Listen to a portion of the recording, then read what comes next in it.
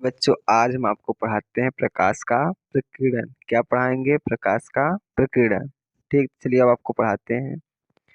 जब प्रकाश की किरण किसी ऐसे माध्यम से गुजरती है जब प्रकाश की किरण किसी ऐसे माध्यम से गुजरती है जिसमें धूल या धुएं आदि के कण होते हैं।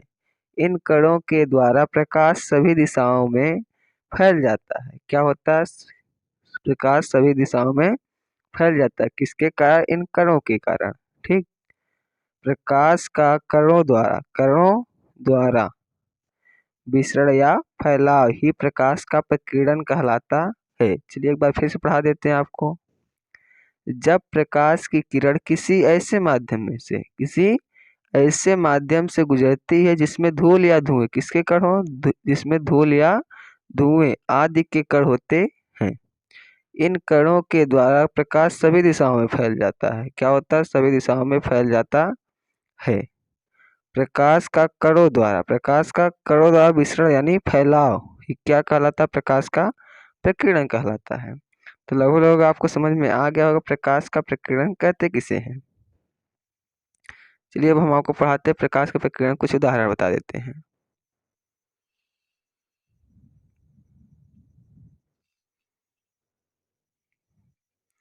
अब देखिए हम आपको पढ़ाएंगे क्या उदाहरण, प्रकाश के प्रकीर्णन कुछ उदाहरण।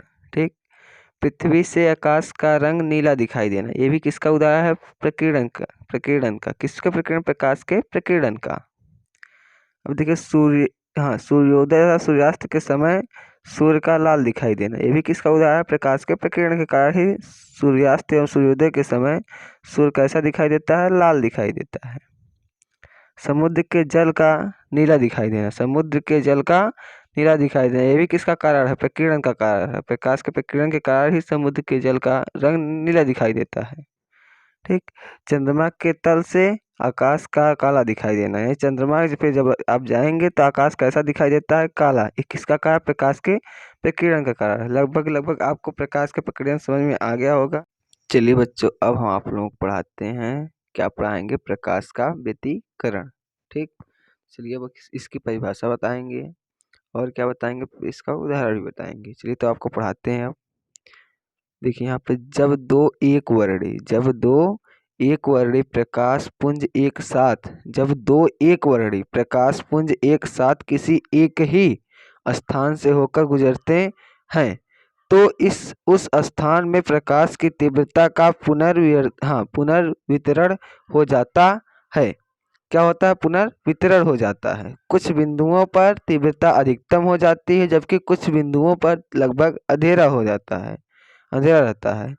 इस घटना को क्या कहते हैं? व्यतिकरण कहते हैं। क्या कहते हैं? व्यतिकरण कहते हैं। चलिए एक बार फिर बता देते हैं।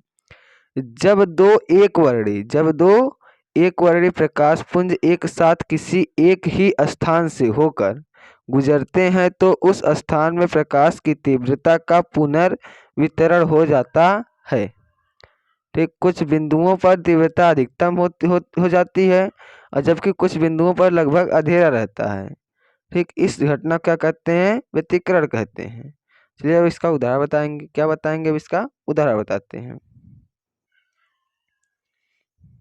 ठीक, अब देखिए उदाहरण एक बता देते हैं। पानी के ऊपर तेल की परत का सूर्य के प्रकाश में रंगीन दिखाई देना।